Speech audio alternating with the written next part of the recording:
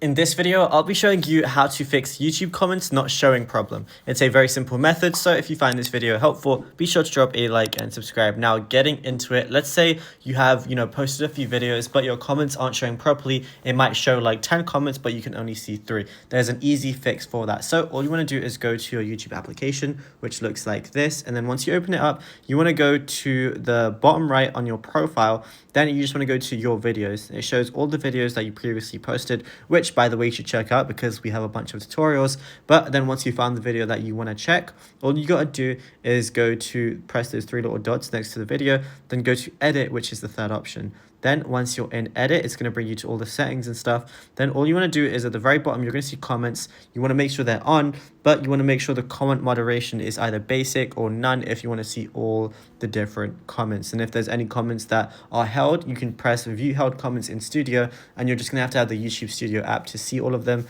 But again, you just want to make sure comments are on, moderation isn't too strict, and then you'll be good to go. Now, if you found this video helpful, be sure to drop a like and subscribe.